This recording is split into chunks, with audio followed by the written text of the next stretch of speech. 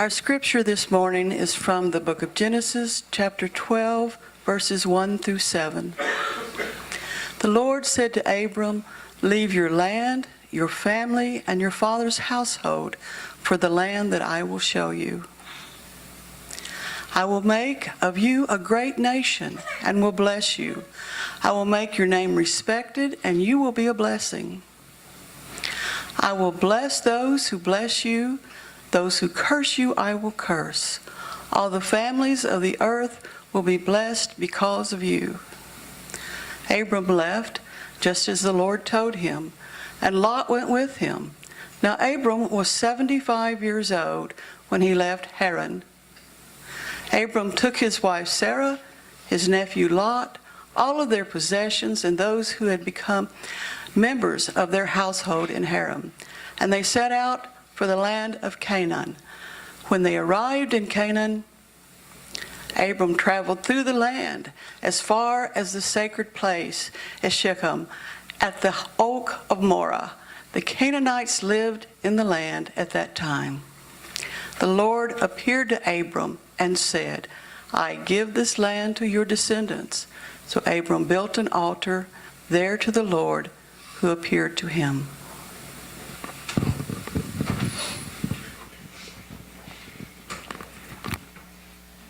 Well, Saint Abraham.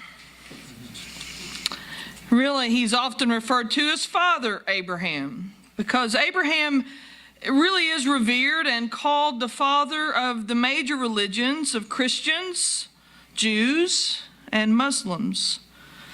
In other words, if we go way back to the origins of these faith traditions, Abraham is the man. Somewhere along the way, the religious split happened in a big way. But Abraham is known as the father of the three Abrahamic traditions, which tells us that we just might have, more in common with other faith traditions than we want to admit. But that's another sermon for another day. Carol read for us the call of Abram.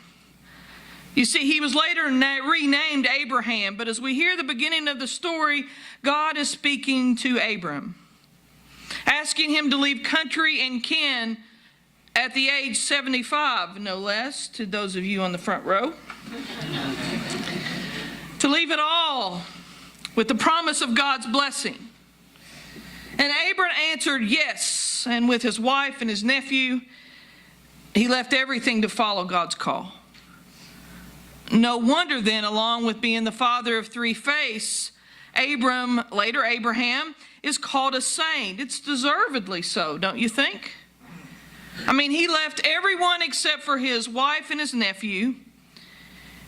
He went and left his comfort zone and his kin and his country, and he went to the unknown. He didn't hesitate like some of us would or do. He went on a whim and a prayer. And he traveled with confidence that God would provide. Truly saint-like actions. Certainly a saintly example for us to follow. If only we could stop Abram's story after verse 7, where Abram built an altar to God. But, like many of us, Abram's story is much longer. There are many more details. Much, much more to the journey than meets the eye. For the next few chapters after Carol's reading left off this morning, Abram and Lot separate to continue God's witness in foreign lands to foreign people. Abram and God continue to make deals with each other, and all seemed well. Well, until chapter 16, just 4 chapters into Abraham's long story. Now Sarai, Abram's wife, bore him no children. She had an Egyptian slave girl whose name was Hagar. And Sarai said to Abram, "You see, the Lord has prevented me from bearing children. Go into my slave girl. It may be that I shall obtain children by her." So Abram listened to the voice of Sarai. So after Abram had lived 10 years in the land of Canaan, Sarai, Abram's wife, took Hagar, the Egyptian, her slave girl, and gave her to her husband Abram as a wife. He went into Hagar, and she conceived, and when she saw she had conceived, she looked with contempt on her mistress. Then Sarai said to Abram, "May the wrong done to me be on you. I gave my slave girl to your embrace, and when she saw she had conceived, she looked with me with contempt. May the Lord judge between you and me." But Abram said to Sarai, "Your slave girl is your power. Do with her as you please." Then Sarai dealt harshly with her, and she ran away from her. Hagar bore Abram a son, and Abram named his son, whom Hagar bore, Ishmael. Abram was 86 years old when Hagar bore him Ishmael. So, since Sarai was infertile, she agreed to give Hagar to Abram. Well, how nice. I mean, after all, she and Abram owned Hagar. Miss Hattie, Miss Elnora, I bet you guys can relate to those things that happened in the African American community to young slave girls who were given to the masters of the plantations. Well,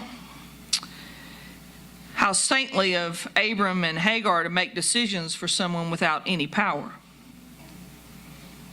And as if Sarai couldn't act any worse, she treated Hagar terribly, and Abram seemed to look the other way. "Do with her as you please," he said, with no protection or advocacy for the woman who bore to him his first heir. Wow. Abram and Sarah lost their sainthood in a hurry, didn't they? I mean, you talk about going from hero to zero, they were poster children for that. Well, Ishmael, son of Hagar and Abram, continues to grow, and when he was 13 years old, God renamed Abram Abraham and made yet another covenant, promising more heirs and nations, which was critically important in the ancient community. And important to note as well, Sarah was renamed to Sarah. And the renamed Abraham and Sarah were promised a son, and they laughed at God because of their age. Such an odd story, don't you think? I gotta be honest, when I read this story, I get a little, well, I'm just gonna say a little ticked off with God. I mean, really, why would God reward people who mistreat others? Why would God allow Abraham to have another son when it didn't appear he was treating the first one very well, or at least the mother of his firstborn? I mean, Ishmael had to endure a circumcision at age 13. So guys, think on that one for a minute. As the story continues on, God catches Sarah in an outright lie. And yet God still kept God's promise. In spite of all the very sinful things that both Abraham and Sarah did toward God, towards Hagar, towards Ishmael, Abraham and Sarah were blessed with the son Isaac. And because Isaac was born to Abraham's wife instead of a slave girl, Isaac jumped ahead of Ishmael in the eyes of society. And as brothers will do, Ishmael appeared to love his little brother. And one day when Sarah saw them playing together, she sent Hagar and Ishmael away for good to fend for themselves. Just 5 chapters later, chapter 21.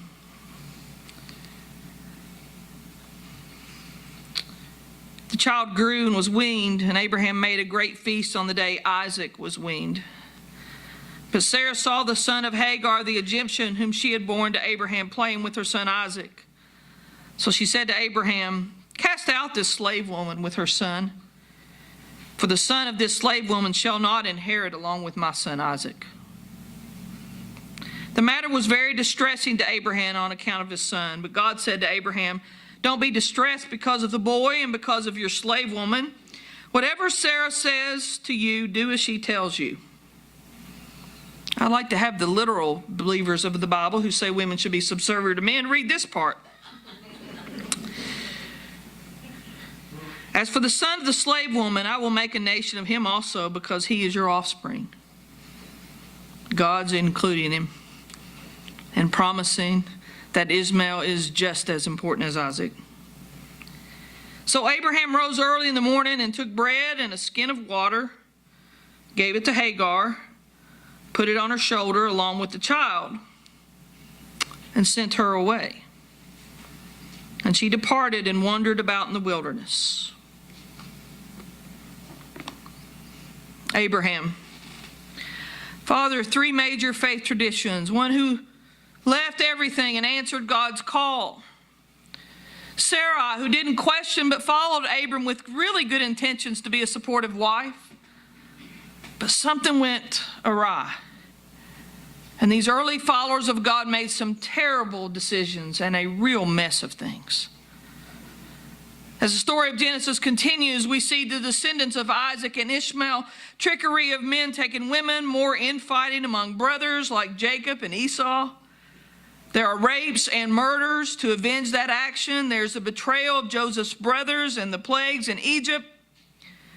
I'm telling you, I understand why some people that start out reading the Bible in the book of Genesis sort of throw their hands up, get overwhelmed, and say, this religion thing is not for me. As for me, I'm bothered by many of these stories, which is why I have to read them as just that. Stories. They're not history, not facts, but stories about the human condition. Stories that we can learn from, and stories from which to launch and grow our faith. Because meshed between these stories of betrayal and lying and cheating and murder and stealing are stories of forgiveness and reconciliation. New chances at life, new names, redos. Stories of people just like us who don't always get it right, even with good intentions. My mama used to say the road to hell is paved with good intentions. Stories of people just like us who sometimes don't have good intentions because we're watching out for ourselves and our self-interest. When I move beyond Genesis and work my way through the First Testament, there are many more of the same type of stories, battles and wars, covenants made with God and broken with God, families turning on each other, unspeakable actions taken against the most vulnerable of the ancient community. And yet, as the First Testament unwinds, there's more forgiveness, more reconciliation, new chances at life, redos. I don't know about you, but I find this very comforting and very real. For the truth is, we all walk that thin line between saint and sinner.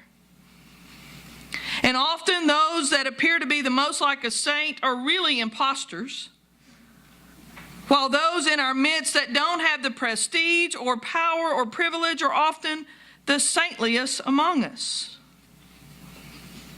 While on sabbatical, I read several books. Thank you again for that time off. And one of my favorite ones was by Nadia Bolz-Weber, Accidental Saints, Finding God in All the Wrong People. We were at the beach when I was reading this, and Brenda started singing, Finding God in All the Wrong People. But I didn't have time to rewrite the whole song of Kenny Rogers. I have long admired Nadia's ministry. Long admired it. She launched a new church start in Denver and counts as members of her flock many people who other churches are really happy to do without. Nadia talks in the book about how the least likely people she comes into contact with are those who teach her the most about God. And she also speaks to those whom God called to great things in the history of our faith. Folks like Abraham and Sarah, and then in the New Testament, folks like Peter. You know Peter, that Jesus said, "Upon this rock I'll build my church." The same Peter who denied Jesus at least 3 times. I'm telling you, my friends, there is a thin line between saint and sinner. Nadia reminds us that, and I quote, "Never once did Jesus scan the room for the best example of holy living and send that person out to tell others about him. He always sent stumblers and sinners." Nadia finds that comforting, and so do I. Nadia also challenges us to really think about what deepens our faith. How do we really become saints? And she calls us to get real, to be authentic, to come to God with questions and doubts and anger. In other words, all those feelings that we really have as life unwinds, but we're afraid to admit sometimes because it's not saintly of us to admit when we don't understand our or someone else's challenge, or when we question an unexpected death or a medical crisis. It's not very saintly of us, we're told, when we want to scream at the top of our lungs, how long, oh God, will the world continue with such hatred and division? It's not very saintly of us to question in the midst of tragedy. And perhaps it's not very saintly of us when we celebrate life's joys a little too much in the face of those who are struggling. One of my favorite stories in Nadia's book is when she's calling the church and its members to sort of get over itself with all its saintly purisms, and instead to have enough confidence in our faith and such assurance of God's presence that we can wrestle with God like Jacob did and question and doubt. Now, I'm going to quote Pastor Nadia. Pam Miller has read her, so Pam, you and I and Deb Core's read her stuff too, but if you've read any of her stuff, you know it is not G-rated. Nadia says, and I quote, "The church was never meant to be a place for escapism. It can and should be a place where we dive right into the difficult truths. After all," Nadia reminded us, "we live in a world where in 2012, 11 days before Christmas, a shooter walked into Sandy Hook Elementary School and slaughtered innocent children and their protective teachers." And she says, in the middle of what was supposed to be the Christmas season, drummer boys and blinking lights and cheerful music suddenly felt out of place. And then she says, and I quote, "Instead of being in a cozy Christmas mood, we were left wondering, where the hell is God?" I just bet that Hagar asked that question a time or two. And I just bet that some of you have. And I can promise you that I have. All this is to say, my brothers and sisters, that as human beings, we have the capability to do some incredibly kind things in our world. Feed hungry kids, tutor those left behind, collect coats and blankets, welcome those into our family with open arms who've been rejected or ignored or ridiculed or mistreated. We have wonderful opportunities to be the church and to be saints. And yet we also have real potential to do some damage. Physically, emotionally, systemically. For try as we might, we participate in oppression every day in some form or fashion. We aren't always super confident that God hears or God understands or God cares, especially when we feel alone or very vulnerable. And so we gather as church family, some more frequently than others. We gather and we open ourselves to God's call, and we don't just allow ourselves and our church to be authentic. We got to expect it. And we love one another in spite of one another. And we give grace and offer forgiveness and even give some redo chances. We look around, and instead of jumping to conclusions about who's the best saint or the worst sinner, we realize we are both. And thus we realize, as Nadia says, the church isn't about us. The church is for us.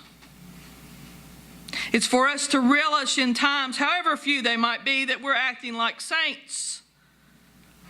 And the church is also for us when more times than not, we have some things to work on. And this is my quote. Church has to be a place where we can sing, "My God is real," while asking, "Where the hell is God?" at the same time. Yesterday, I spent all day at a required clergy boundaries training program. Carol, I was with a room full of Methodists. And I understand why you're UCC now. When that training was over, I went to my car, and trust me, after 7 hours of discussing clergy misconduct and the difficulty that many ministers have with congregational dynamics of the church, I was ready for some fresh air. It was so heavy that I took my city barbecue stuff that they had, and I went to my car and ate lunch. And I might want to add, I was really grateful for you all. For when they asked for examples of parishioners who pushed our buttons, made us angry, or frustrated, or ready to walk out or go get a stiff drink. I can only think of a couple of those times in my almost 6 years of ministry. But I'm telling you, ministers around my table were reeling off examples like cordwood. Anyway, I went to my car and I put the top down in my convertible. I turned on some good music and pulled away. And I had my training materials under a notebook that was fairly heavy. Well, as soon as I got on New Circle Road, a blue piece of paper came from under the notebook and fell on the floorboard. So I had two choices short of pulling off in the heavy traffic. Hope the blue paper didn't fly out of the car, or lean over and get it while driving. I chose the former, and sure enough, a mile or so down the road, about between Tates Creek and Nicholasville, out flew the blue paper. Horn behind me blew. I guess to cars seeing paper flying out of my car, I was a big old sinner, litterer, which I never do. I told y'all last week I pick up litter that the kids leave in my yard. So the paper went out, and the car behind me wasn't happy that I'd littered. But my guess is that for whoever in our potential car that I would have likely hit had I leaned down and got the paper, they probably thought I was a driving saint. So yesterday, I was an intentional saint and an accidental sinner. I didn't mean for the paper to fly out, but I didn't take the chance on harming others to snag it. But in truth, most days I'm just the opposite. I'm an intentional sinner and an accidental saint. Intentional saints, accidental saints, intentional sinners, accidental sinners. I'm telling you, friends, it's a thin line. And we all live somewhere in between the lines. With God's help, we'll balance and manage that thin line a bit better, and to our unique calling. May it be so.